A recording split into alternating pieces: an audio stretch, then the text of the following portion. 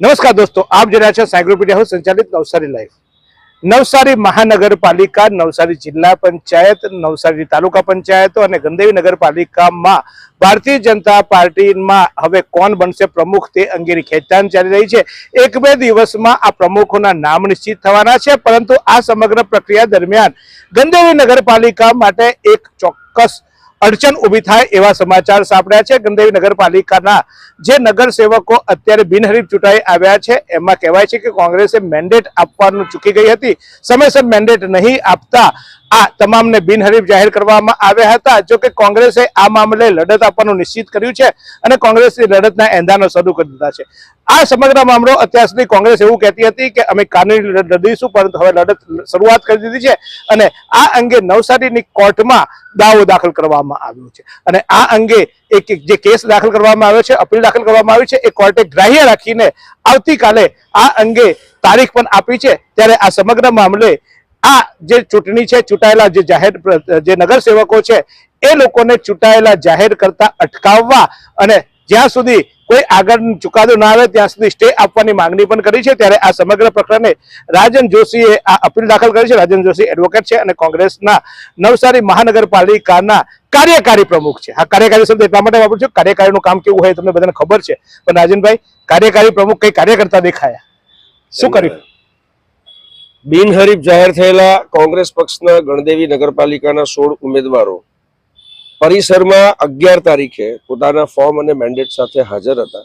એના પુરાવા સાથે અમે નવસારી જિલ્લા અદાલતની અંદર ઇલેક્શન પિટિશન દાખલ કરી છે. રાજ્ય ચૂંટણી પંચ, કલેક્ટરશ્રી અને ચીખલી પ્રાંત અધિકારી સહિત 16 બિનહરીફ ભાજપના જે સભ્યો છે તેમને નોટિસ આજે ડિલિવર થઈ ગઈ છે. આવતીકાલની તારીખ છે. અર્જન્ટ સો કોઝ નોટિસ કોર્ટે આપી છે અને આ સમગ્ર પ્રક્રિયાને સ્ટે કેમ ના આપવો અને પ્રાંત અધિકારી શ્રીની કચેરીએ તારીખ 11 ના રોજ, ઇવન ચકાસણી તારીખ 13 ના રોજ ના સીસીટીવી ફૂટેજ, કેમેરાની વિગતો સાથે કોર્ટમાં હાજર રહીને શા માટે આ ચૂંટણી ઉપર સ્ટે ન આપવો એની નોટિસ નીકળી છે.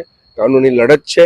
જમશેદ પારડીવાલા સાહેબનું એક જજમેન્ટ છે કે જ્યારે કેન્ડિડેટ ફોર્મ પ્રક્રિયા ચાલુ હોય ત્યારે પરિસરમાં, ચેમ્બરમાં, પ્રાંત અધિકારી શ્રીની કચેરીમાં હાજર છે, ડિપોઝિટ ભરે છે અને ચકાસણીની નોટિસ તારીખ અને સમય સાથે લે છે, ત્યાર પછી ગમે એટલો સમય થાય એની પાસેથી એના ફોર્મ, સોગંદનામા અને મેન્ડેટ લઈ લેવાના છે અને એમણે ચૂંટણી કરાવવાની છે. ચૂંટણી અધિકારીએ ફેસિલેટર બનવાનું છે, ઓબ્સ્ટ્રક્ટર નથી બનવાનું. આ ચૂંટણીની અંદર રાજ્ય ચૂંટણી પંચથી માંડીને દરેક ભારતીય જનતા પાર્ટીના એજન્ટ તરીકે જ કામ કરે છે, સર્વવિદિત છે. પણ આ લડત અમે મતાધિકાર ગણદેવીના લોકોના 16 કેન્ડિડેટમાં જે લડી શકવાના હતા તે મત ન આપી શક્યા, એ લોકશાહીને બચાવવા માટે નામદાર જિલ્લા અદાલતમાં ગયા છે. અમને વિશ્વાસ છે, અમારા પ્રમાણિક અને સનિષ્ઠ પ્રયાસો છે કે અમે આમાંથી પોઝિટિવ ફ્રૂટફુલ રિઝલ્ટ નવસારીની ગણદેવીની પ્રજાને આપીશું. આવતીકાલે તમે તમારો પક્ષ મૂક્યો, આવતીકાલે સામેવાળા બચાવ પક્ષ રજૂ કરશે. શું તમને લાગે છે તમે સ્ટે માંગશો, સ્ટે આપશે કોર્ટ? બિલકુલ આપશે, કારણ કે આપને કહ્યું એ રીતે સ્ટેની સાથે બીજી એક અરજી સિવિલ પ્રોસિજર કોડની ઓર્ડર 11 રૂલ 14 અમે આપી છે, જેમાં અમે નામદાર કોર્ટને કીધું કે પ્રાંત અધિકારી અમને ખોટા સાબિત કરો કે અમે ત્યાં હાજર નહોતા. વ્યક્તિ હાજર હોય, ફોર્મ હાજર હોય, 7 તારીખના લખાયેલા મેન્ડેટ કોર્ટના રેકોર્ડ ઉપર છે, તો શું કેન્ડિડેટ એ મેન્ડેટ લઈને ના આવે? એ આવતો જ હોય. પરંતુ ચૂંટણી અધિકારીએ ચેકિંગની પ્રક્રિયા દરમિયાન ખૂટતી ત્રુટીઓ માંગવાની ફરજ હતી, તે ન માંગીને માત્ર સ્મૂથ વિક્ટરી ભારતીય જનતા પાર્ટીને આપી છે. એટલે અમને વિશ્વાસ છે કે એ ઓર્ડર 11 રૂલ 14ની અરજી પ્રમાણે તારીખ 11 અને તારીખ 13/4/2026ના ચૂંટણીની તમામ પ્રક્રિયાઓના સીસીટીવી ફૂટેજ ને માહિતી સાથે તેઓ હાજર થશે. એટલે દૂધનું દૂધ અને પાણીનું પાણી થશે અને કોર્ટ અમને સ્ટે આપશે. રાજનભાઈ, બીજી પણ એક આપે દાવો દાખલ કર્યો છે નવસારી નગરપાલિકાના ખોટા એફિડેવિટ અંગે. નવસારી મહાનગરપાલિકાના એક શું આ કિસ્સો છે અને આમાં શું પ્રક્રિયા? વોર્ડ નંબર 5 નવસારી શહેર, સંગીતાબેન હસમુખભાઈ રાઠોડ, 11/4/2026ના રોજ એમણે જે એફિડેવિટ અને ફોર્મ રજૂ કર્યું એમાં એમની વિરુદ્ધ ભૂતકાળમાં થયેલા કેસની માહિતી એમણે ડિક્લેર ન કરી. એટલે અમે લેખિતમાં ચૂંટણી અધિકારી શ્રીને રજૂઆત કરીને વાંધો લખ્યો, છતાં એમને ઇલેક્શન લડવા દીધું. તેઓ વિજયી થયા.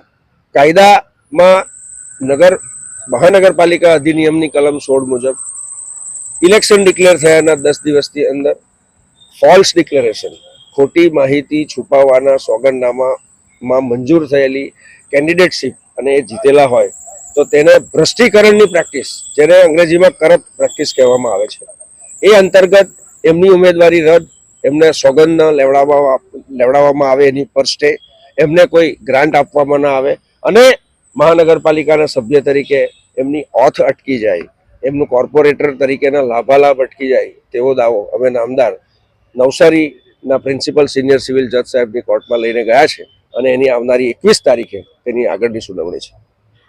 એક એફિડેવિટ વોર્ડ નંબર 2 માં પણ આવું હતું, કેમ એ અંગે ચૂપ કીધી? કાયદાની સ્થિતિ ક્લિયર કરું. વોર્ડ નંબર 2 ની જે એફિડેવિટ છે એની અંદર આખા એફિડેવિટમાં જે આશ્રિત કેન્ડિડેટના આશ્રિત છે તેમનું નગરપાલિકા પ્રત્યેનું જે દેવું છે એની માહિતી સાથે અમે વાંધા લખ્યા. એ વાંધાની સામે જે તે ચૂંટણી અધિકારીશ્રીએ તેમને પણ લડવાની પરવાનગી આપી. હવે કાયદાની સ્થિતિ એવી છે, એ માહિતી નગરપાલિકાની હતી. હવે મહાનગરપાલિકા અધિનિયમ પ્રમાણે જ્યારે એ બેન ઓથ લે છે ત્યાર પછી એ દાવો કલેક્ટરશ્રીમાં અને જિલ્લા અદાલતમાં સમય મર્યાદાના કાયદા મુજબ ડિટેલ પ્રમાણે જશે. કારણ કે પ્રોફિટ પેન્દ્રનો જે સિદ્ધાંત છે, જે સભ્ય નગરપાલિકાનો સભ્ય છે, જે તે વખતે નગરપાલિકાના સભ્ય હતા અને લાભ લઈ લીધો, એમનો ડિફેન્સ એવો છે કે તે વખતે દેવું એ મારા આશ્રિતનું છે, મારું નથી, એવું કેન્ડિડેટનો બચાવ છે. પરંતુ પછી હવે એ કેન્ડિડેટ પાછા ચૂંટાય છે અને એમના આશ્રિતનું નગરપાલિકા પ્રત્યેનું દેવું અકબંધ છે, તો એ ભ્રષ્ટીકરણની પ્રેક્ટિસ છે. એ દાવો પણ ટૂંક સમયમાં નામદાર કોર્ટની અંદર અમે લઈને જશું. પણ એને એફિડેવિટમાં એને આ બતાવ્યું નહોતું, તો એ અંગે કેમ પછી પાછું એને એફિડેવિટ ચેન્જ કરવા દીધું ને એને કે બદલી આપ્યું ને એવું? અમારા એફિડેવિટ ચેન્જ કરી આપવાની સત્તા ચૂંટણી પંચની છે, અમારી નથી. પણ કરાય ને પણ આપણાથી. અમે પડકારવા જઈ રહ્યા છે. સમય મર્યાદા પ્રમાણે ઇલેક્શન પત્યું, હવે એ વ્યક્તિ ત્યાં ઓથ લે છે, કોર્પોરેટર બને છે અને એ તારીખોમાં એમના આશ્રિતનું દેવું બાકી છે ચૂકવવાનું, મીન્સ એમણે લાભાલાભ ગેરલાભ લીધો, એ કારણ લઈને અમે કોઝ ઓફ એક્શન લઈને કોર્ટમાં જઈશું. તો આ હતા રાજનભાઈ. રાજનભાઈએ એક દાવો કર્યો છે અને એ દાવામાં 3 બાબતો મહત્વની છે. એક ગંદેવી નગરપાલિકાના જે ચૂંટાયેલા સભ્યો છે, જે બિનહરીફ ચૂંટાયા છે ભારતીય જનતા પાર્ટીના, એમને શપથ લેતા અટકાવવા એક સ્ટે માંગ્યો છે અને સાથે સાથે આ અંગે એક તેમને યાદ પણ કરે છે કે ફરી ચૂંટણી યોજાય. બીજો, એમનો નવસારી મહાનગરપાલિકાના વોર્ડ નંબર 5ના એક સભ્યએ જે એમની ગુનાખોરી પ્રવૃત્તિ દબાવી છે તે અંગે પણ દાવો કર્યો છે કોર્ટમાં. ત્યારે જોઈએ આવતીકાલે એક ચુકાદો આવવાનો છે, એટલે આવતીકાલે એક મુદત છે, ચુકાદો નથી આવવાનો પણ મુદત છે. એ મુદતમાં શું લેવાય છે અને શું નિર્ણય લેવાય છે તે જોતા રહીશું. પરંતુ આગામી દિવસમાં આ મામલો ચોક્કસ હવે કાયદાના સંકજામાં સપડાયો છે એ કહી શકાય.